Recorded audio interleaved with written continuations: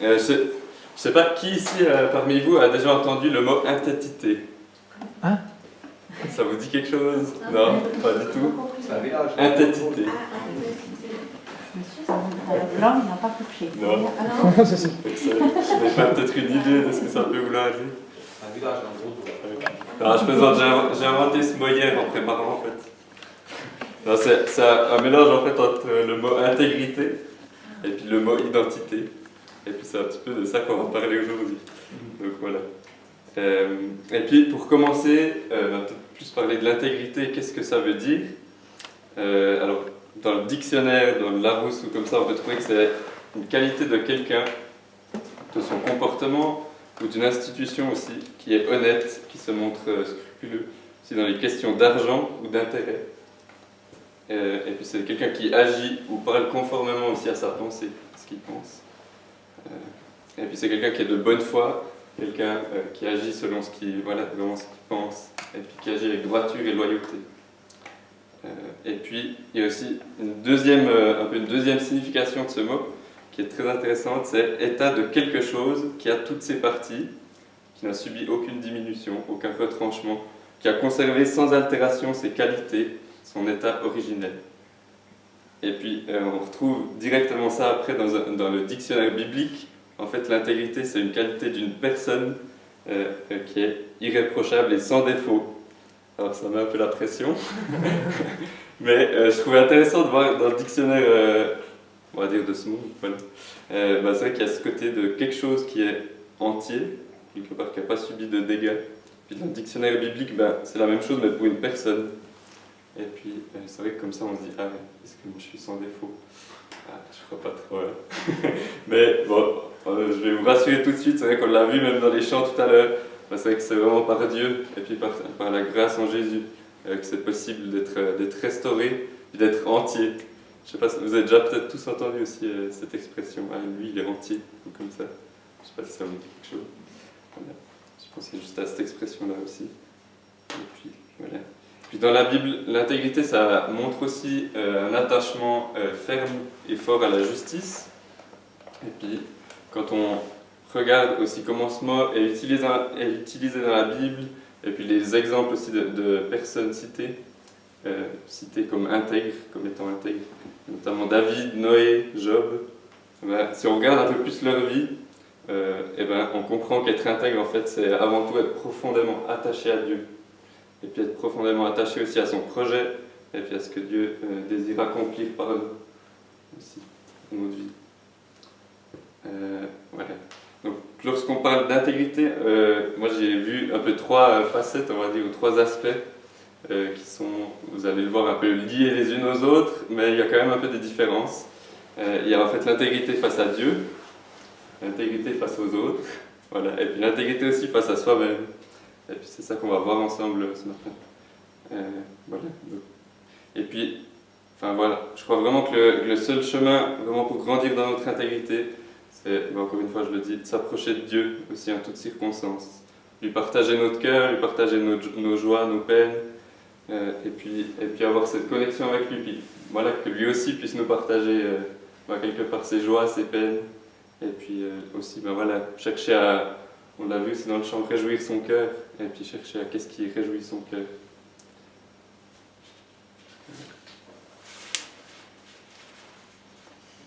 Du coup, on va prendre un peu la première facette, qui est l'intégrité face à Dieu. Voilà, je crois que si on regarde, je pense que le meilleur exemple, je pense que c'est Jésus, il n'y a pas trop de doute. Et puis, même en lisant Marc en église, ou bien aussi dans un autre passage qu'on va prendre après, c'est vrai que moi ça m'a interpellé de voir comment Jésus il prenait ses temps pour prier. Il osait aussi se mettre à l'écart des autres. On aurait pu se dire, mais il faut qu'il soit là avec les gens, il faut vraiment qu'il puisse, dans son ministère, être présent à quelque part avec les gens, mais il prenait aussi ses temps où il se mettait à l'écart, il prenait du temps avec Dieu. Et puis, à l'écart des foules, aussi des distractions. Et puis, est-ce que nous aussi, on arrive à prendre ces moments-là sans enlever des distractions qu'on peut avoir. Il y a dans Luc 6, versets 12 à 13, Jésus. Alors en ce temps-là, Jésus il se rend sur la montagne pour prier et il passa toute la nuit à prier Dieu. Quand le jour parut, il appela ses disciples et il en choisit 12, auxquels il donna le nom d'apôtres. Et puis, on voit aussi, juste avant la crucifixion de Jésus, aussi qui prend ce temps, voilà, dans Luc 22, 39 à 46. Après être sorti, il alla, selon son habitude, à la montagne des Oliviers. Ses disciples le suivirent, et lorsqu'il fut arrivé dans ce lieu, il leur dit « Priez afin que vous ne tombiez pas en tentation ». Puis il s'éloigna d'eux à la distance d'environ un jet de pierre. Et s'étant mis à genoux, il pria, disant « Père, si tu voulais éloigner de moi cette coupe, toutefois que ma volonté ne se fasse pas, mais la tienne. » Alors un ange lui apparut du ciel pour le fortifier. Étant en agonie, il priait plus instamment, et sa sueur devint comme des grumeaux de sang qui tombaient à terre. Et puis, voilà, je trouvais intéressant de voir aussi ces deux moments, je pense, assez forts ou assez importants de sa vie. Voilà, le moment aussi où il choisit ses disciples, et puis ce moment où il sait que, quelque part, lui, il savait que c'était le moment où il allait devoir aller à la croix. Donc c'est aussi ces deux moments où on voit que Jésus, il a besoin de s'approcher du Père aussi. Donc voilà. Et puis, un des versets, alors bon, c'est le verset qui était aussi sur le flyers pour aujourd'hui, c'est Colossiens 3, 17, que je trouvais vraiment intéressant pour ce temps aussi. C'est « Dans tout ce que vous pouvez dire ou faire, agissez au nom du Seigneur Jésus, en remerciant Dieu le Père par lui. » Et puis, je trouve que ce verset-là, on pourrait le prendre, je pense, dans les trois facettes de l'intégrité. Je pense que c'est pas juste vis-à-vis de Dieu, mais c'est vraiment dans tout ce qu'on peut dire à Dieu, aux autres, aussi se dire à nous-mêmes, et puis en agissant vraiment avec Dieu. Alors, avec l'intégrité vis-à-vis de Dieu, c'est vrai que contrairement aux relations qu'on peut avoir les uns avec les autres, c'est vrai qu'en fait on peut rien trop lui cacher. Hein. Voilà, c'est un peu tout de nos vies. Et puis, c'est vrai qu'on ne peut pas lui mentir ou dissimuler, ou essayer de dissimuler nos fautes vis-à-vis de Dieu. Par contre, c'est vrai que parfois on peut aussi entrer vis-à-vis de Dieu dans un système qui est un peu biaisé, qui est un peu faux, où on essaye d'acheter Dieu par notre bonne conduite, par ce qu'on fait de bien. Je prends ce matin, je suis un bon chrétien, c'est bon. Non, mais voilà, plein de choses comme ça, des fois qu'on peut entrer dans ce système-là. Mais je crois que vraiment la réalité, c'est qu'on a besoin aussi de la vérité de Dieu sur notre vie, pour être pleinement sûr finalement de qui je suis.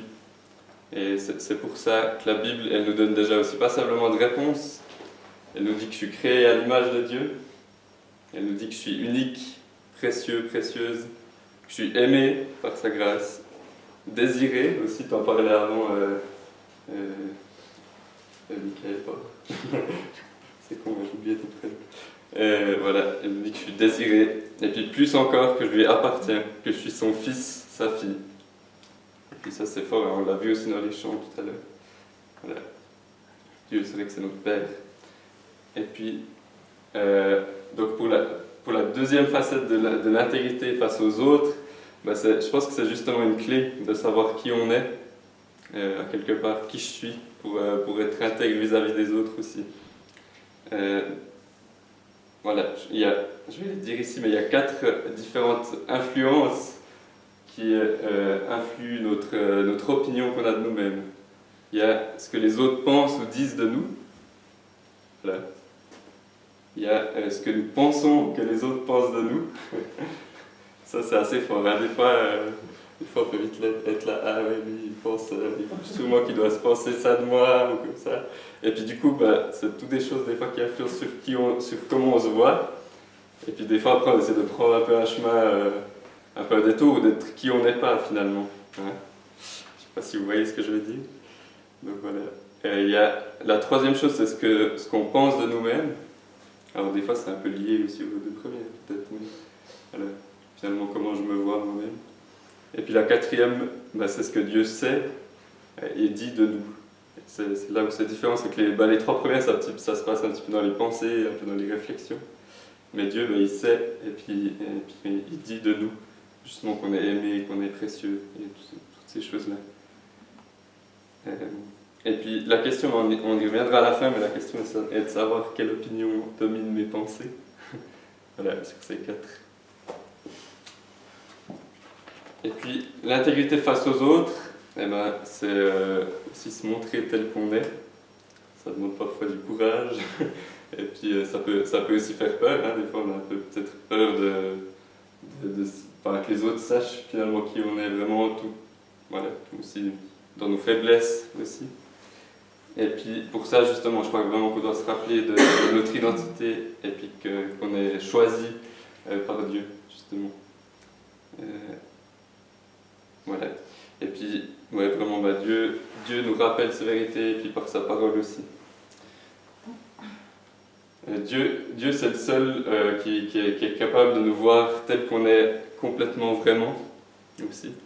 C'est celui qui sonde nos cœurs, c'est vrai. Il y a ce verset qui dit l'homme regarde à ce qui frappe les yeux, mais l'Éternel regarde au cœur. Et puis je crois que c'est vraiment ça qui est important ici.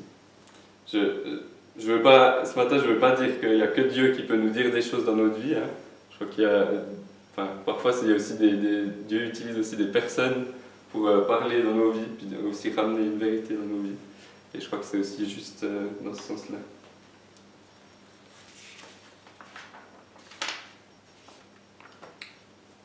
Alors l'intégrité face aux autres, c'est aussi faire attention à quelles promesses je donne, ou à qu'est-ce que je promets de faire ou de dire. Et puis est-ce que voilà, avant de le faire, peut-être est-ce que je suis capable de faire ça, ou est-ce que je peux le faire, et puis sinon, peut-être jusqu'où je peux aller. Voilà. C'est pas du tout le cas, hein, mais imaginons Jean-Pascal, il me dit samedi matin, ah finalement, est-ce que tu peux faire le message dimanche matin? Je pense que je réfléchirai un petit coup quand même. Mais voilà. C'était juste un exemple que j'ai pensé, mais c'est pas du tout le cas. Mais voilà. Il y a une parabole de Jésus aussi qui est intéressante dans Matthieu 21, 28 à 30. C'est un homme, il avait 2 fils, et s'adressant au premier, il dit « Mon enfant, va travailler aujourd'hui dans ma vigne. » Il répondit « Je ne veux pas. » Ensuite, il se repentit et il alla. S'adressant à l'autre, il dit la même chose, et ce fils répondit « Je veux bien. » Et il n'alla pas. Voilà. Alors, bon, cette parabole, elle parle aussi de la relation entre nous et Dieu, mais c'est intéressant de voir justement qu'il y en a un, il dit « Ah ben je vais aller », et puis finalement pas. Et puis l'autre, il dit « Ah ben non, je ne peux pas », et au final, il peut. Ou je veux pas, et au final il y va. Donc voilà, des fois c'est mieux de promettre moins quelque part, et puis que l'autre puisse être finalement heureux parce qu'on a même pu faire plus, que de promettre plus et de finalement pas pouvoir faire. Donc voilà. C.S. Lewis, il a dit quelque chose d'intéressant, il a dit « L'intégrité consiste à faire ce qui est juste, même lorsque personne ne regarde. » Ou qu'il n'y a que Dieu qui voit. Ça aussi, j'ai rajouté. Voilà. Et puis, dans Colossiens 3, versets 22 à 23, Serviteurs, obéissez en toutes choses à vos maîtres selon la chair, donc aux maîtres terrestres, non pas seulement sous leurs yeux, comme pour plaire aux hommes, mais avec simplicité de cœur dans la crainte du Seigneur. Tout ce que vous faites, faites-le de bon cœur, comme pour le Seigneur et non pour des hommes. Et c'est vrai que ces 2 versets-là de Colossiens nous encouragent vraiment à avoir le focus sur réjouir le cœur de Dieu, sur suivre Dieu. Finalement, c'est lui notre maître. Et puis, lui-même nous demande aussi de respecter et d'obéir aujourd'hui, on pourrait utiliser plus le terme nos patrons ou nos supérieurs. Donc voilà, Dieu nous encourage aussi à vraiment les respecter et à obéir. Mais voilà, moi j'ai pu expérimenter en tout cas que ça peut devenir délicat, parce que voilà, peut-être vous avez peut-être déjà été confronté à ça, mais parfois on peut recevoir un ordre que Dieu n'approuverait pas. Je ne sais pas si vous voyez ce que je veux dire. Voilà, moi personnellement j'ai été confronté à ça quand je travaillais à Jumbo. J'avais dû commander une pièce pour une cliente, puis j'ai oublié, bref, tardé à le faire, et puis mon chef me disait, ah mais s'ils te rappellent, tu leur dis, ah ben ça va arriver, ils ont du retard, comme ça, alors qu'en fait j'avais pas fait, donc c'était de ma faute. Et puis voilà, ça m'est arrivé une première fois, puis là j'ai pas trop osé dire non, mais je vais dire que c'est moi qui ai oublié, enfin voilà. Donc j'ai un peu menti, voilà. Et puis ça m'est arrivé une deuxième fois, et puis bah, de nouveau mon chef m'a dit, ah mais enfin voilà, dis-lui ça, puis comme ça c'est tout bon, puis voilà. Puis là j'ai osé dire, non mais là il faut que j'y dise, c'est mon erreur, je vais assumer, et puis parler directement avec la dame. Et puis voilà, je vais lui dire que je n'ai pas commandé, qu'il faut que je fasse, et puis que je suis désolé. Et puis j'ai pu le faire, et puis c'est vrai que bah, évidemment la cliente n'était pas très contente, avec raison. C'était normal. Mais c'est vrai que ça change en rien qui je suis, en fait. De nouveau l'identité, de qui je suis en Dieu, ça change rien. Mais même plus, bah, ça me permet aussi de m'améliorer. Parce que si je continue à quelque part fuir mais ce que j'arrive pas à faire, on va dire, bah ça va pas me permettre de grandir et de m'améliorer. Donc voilà. Et puis, donc la troisième facette, c'est grandir dans mon intégrité face à moi-même. Bah c'est avoir qu'une parole ou dire ce que je pense réellement. Voilà. Par exemple, des fois je pense quelque chose, et puis est-ce que j'ose vraiment le dire? Voilà, c'est un peu lié à l'intégrité face aux autres aussi. Mais est-ce que j'ose dire les choses, ou peut-être en tant que bon Suisse, moi je préfère peut-être chercher la paix, l'harmonie, et puis j'évite les conflits au max. Ou est-ce que j'amène mon point de vue, j'ose dire les choses, et voilà, je crois qu'en réalité c'est pas l'un sans l'autre. Je crois que c'est une bonne chose de rester unis et de confronter ses idées. Voilà. Dans Proverbe 4, 23, on peut lire « Garde ton cœur plus que toute autre chose, car de lui proviennent les sources de la vie. » Et puis je crois que c'est vraiment quelque chose de fort. Pour l'intégrité face à soi-même, est-ce que je me bats pour garder ce qui me tient à cœur, ce que Dieu m'a donné? Voilà, est-ce que je me bats pour vivre cela? Ou est-ce que peut-être quand ça m'arrange, je change un petit peu ce que j'ai à cœur de faire ou de vivre? Voilà. Est-ce que je fais ou est-ce que je vis en adéquation avec ce que je crois aussi, avec ce que je crois être juste? Voilà. Et puis, dans l'intégrité face à soi-même, il y a aussi, il y a aussi le fait de ne pas se laisser corrompre, ou voilà, de faire aussi des petits compromis pour gagner quelque chose. Des fois, on bien gagner des choses. Voilà. Mais de nouveau, voilà, ça nous rappelle que notre valeur, notre identité, elle est en Dieu. Et puis que c'est ça qui dit qui on est, finalement.